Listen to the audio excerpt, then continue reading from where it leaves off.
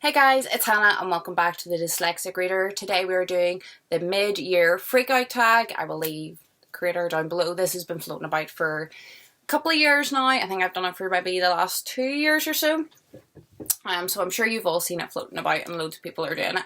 But I just wanted to put my 2 cents in. There's some of the questions I don't have answers for and some of them I really struggle to find answers for, which I can't remember if that was the same the other times that I did this tag. I really can't remember, but I'm going to try and fly through them anyway. Before we start, I wanted to again mention, for those who missed my last couple of videos, I am doing for the whole month of July, I'm trying to do a booktube video every single day for the whole month and we'll see how it goes. So this is day 3 and so far so good. We'll see how tomorrow and the rest of the month pans out. So if you're interested in that, subscribe to make sure that you don't miss any videos. And the cat is jumping on the camera. You gonna settle so I can start? No.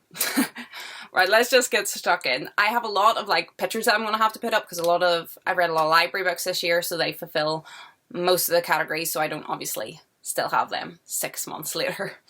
The best book so far that I've read this year, I think, has been Eragon by Christopher Paolini. This is the first book in the Inheritance cycle. I'm just about to start the second one and I'm really excited. This was like a really high 5-star for me. The writing was good, the characters was good, the story was good. I just enjoyed the whole thing. It's high fantasy, it's dragons.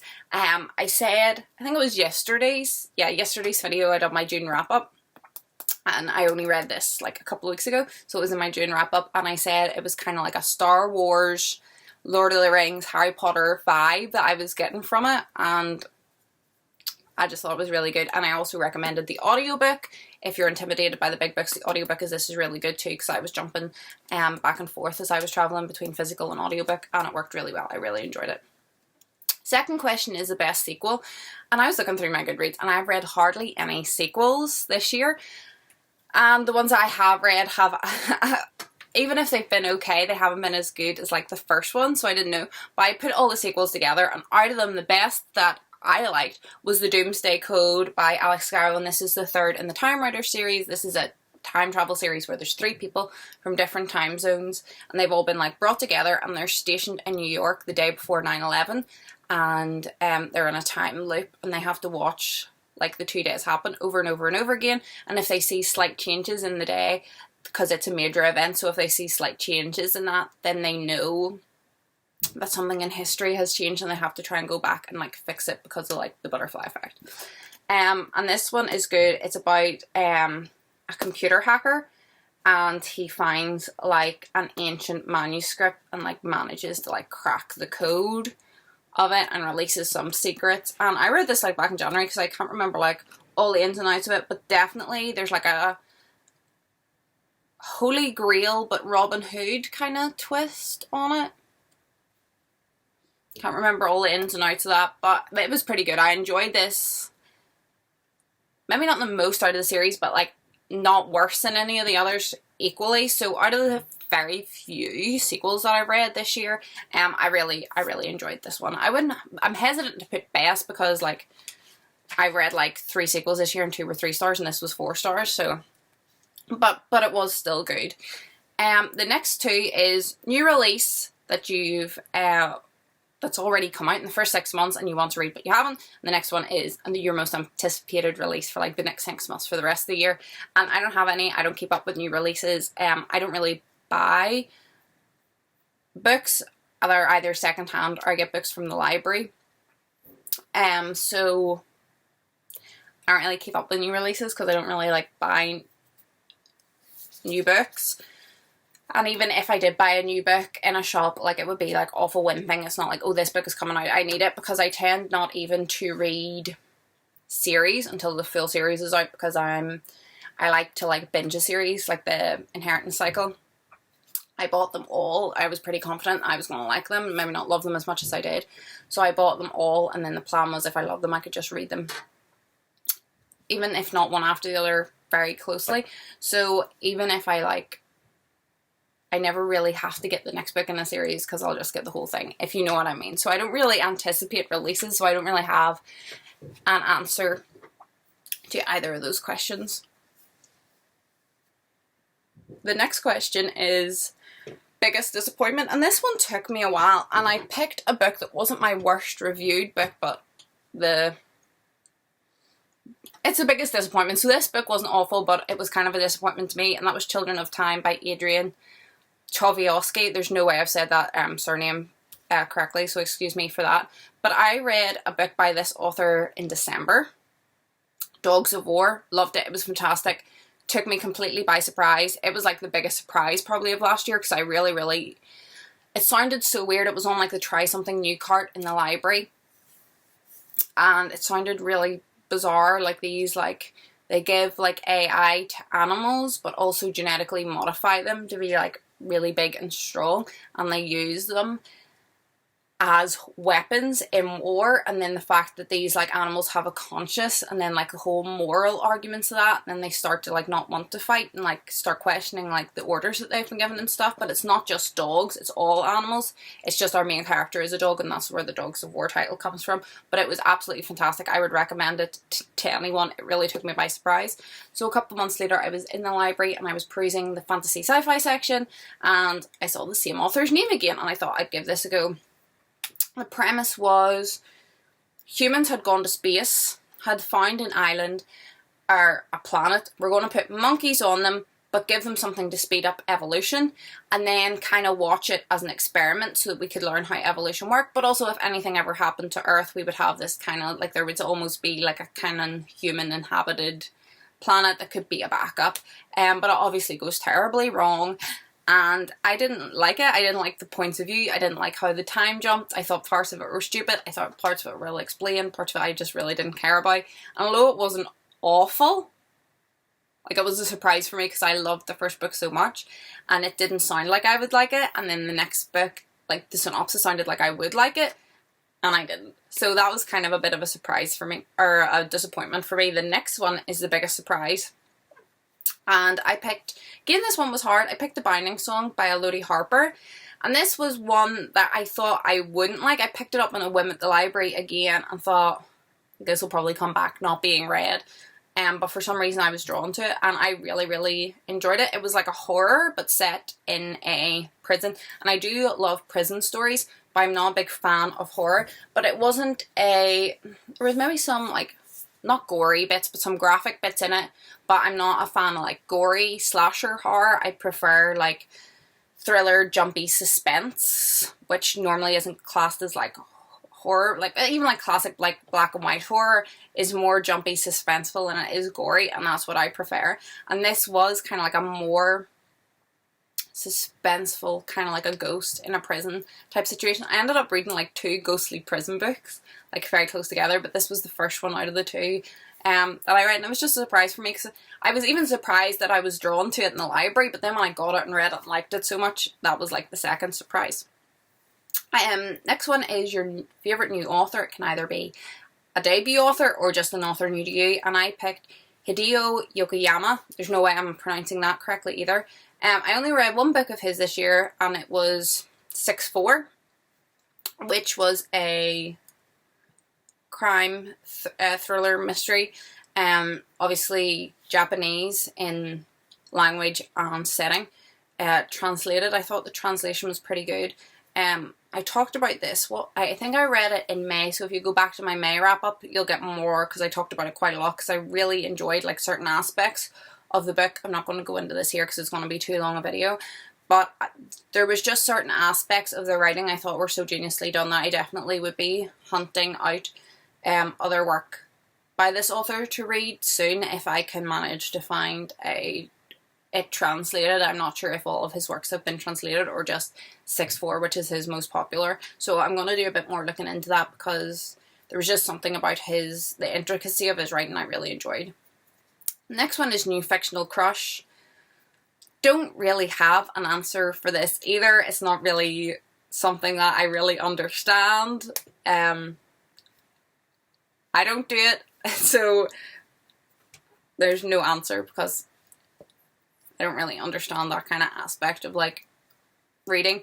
The next one was hard for me too. New favourite character. I just picked a character that I really liked and thought was a well-written character, and that was Jess from Fellside by M.R. Carey, who you probably have heard the name of before because she read The Girl with All the Gifts and the Boy in the Bridge, like that, like Apocalypse series, which I read the first one but not the second one yet. May do that, I'm not sure.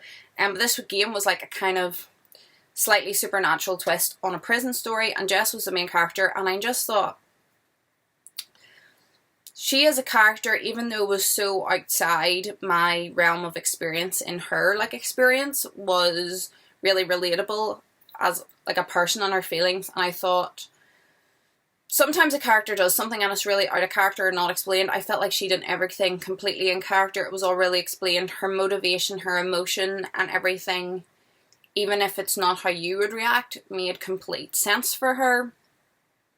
And I think like she did have she had negative qualities like all characters should have, because nobody's perfect, but she also had some really admirable qualities to her. And I just thought, when I was looking through all the books I've read this year on Goodreads, she really stuck out as just like a really well written, well-rounded, believable, likable, even though she wasn't that nice kind of character. That's the best way that I can explain it, and that was the only, sorry I've got an itchy nose, but that's the only way that I could explain that one. Our temperatures have gone up the last couple of days, not like high, like I just spent a month in Florida, so it's not really that warm here. Everyone's dying. I'm like, it's a bit chilly. But with it seems to have really agitated. I don't have allergies, but like pollen and dander and everything is just gone through the roof, and even me with no allergies have been noticing like a really itchy nose, and I just wonder if it's linked. But that's a real tangent to this book tag. The next one is a book that made you cry. Don't really cry at books. I'm not sure. I maybe shed a tear at this one. If I did, it's the only book I've cried for this year, but I certainly got like kind of like a wee bit emotional at the end because it was the end of the series, and that was City of Heavenly Fire by Cassandra Clare. This is the last in the Mortal Instruments series, and I'm sure most of you know because most people read this book years ago when it came out, but I only jumped on the bandwagon last year, and like in the last 12 months have finished the series, and I just thought the ending was really good. There was a couple of twists I didn't see coming. It wasn't happy endings for everyone, which I enjoy in a series, because happy endings for everyone isn't realistic. You can have happy elements, but like a completely happy ending sometimes is very satisfying, but it's never very realistic.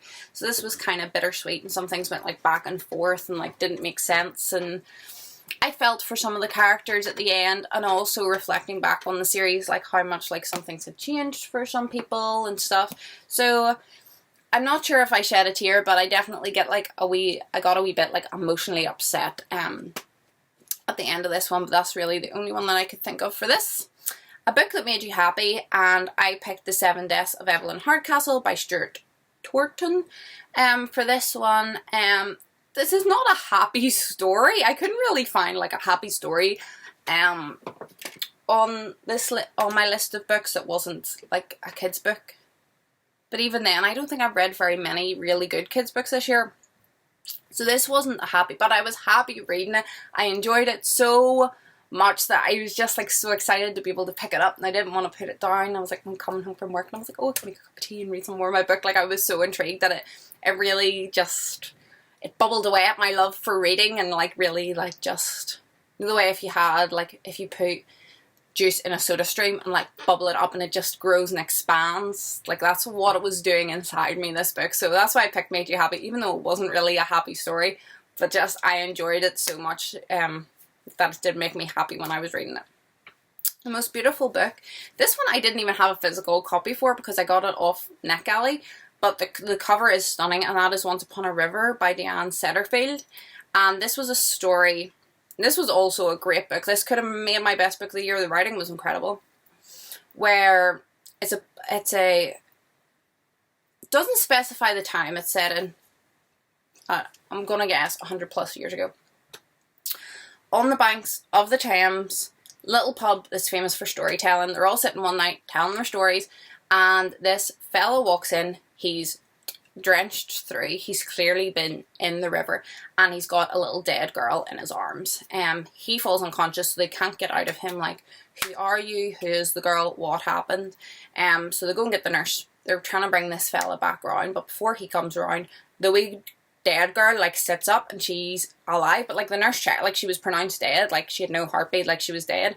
And then there's kind of like the story spreads, they try to find out who this wee girl is. There's a couple of people in the area who have had missing daughters go missing in the last like couple of years that would be about her age, and they like kind of all put a claim to her. And there's a story with the man, and like everyone that just has their own wee backstories. At the start it's kind of confusing because there's so many stories going on of all different people in the community, but at the end they weave together so nicely. And I love when an author can take stories and like weave them together so nicely at the end and leave like kind of nothing left hanging.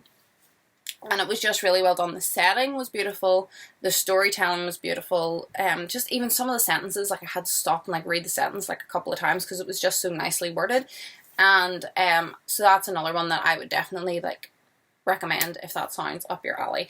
And the cover, which I'm sure I've put up on the screen, was beautiful. It's more beautiful in person than this can convey because I have seen it in bookshops.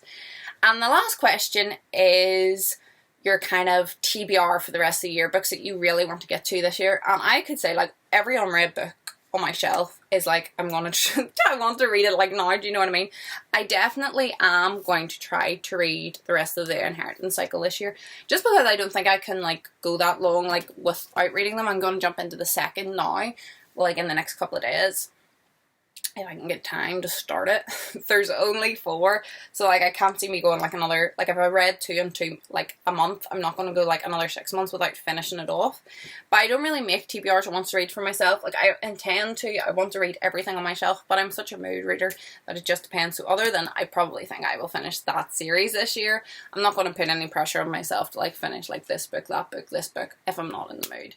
And that's it. I'm not going to tag everyone because this has like been going around. I'm pretty sure most people are aware of it, and I'm just going to say, if you want to do it, do it. You can say I tagged you if you like. But that is it. That's my mid-year freak out.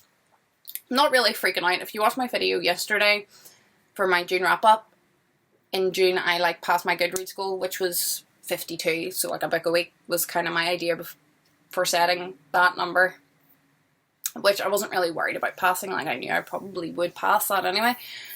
So I wouldn't say I'm freaking out. I'm not panicked about all the books there is to read because there's so many books to read that I would never even read them in my lifetime, let alone the rest of the year. So there's no point freaking out about it. So that's pretty much it. I hope you're all happy. I hope you're all healthy. And hopefully I'll see you tomorrow, which all going to plan should be a library haul. So keep your eyes out for that. And that's it. Goodbye.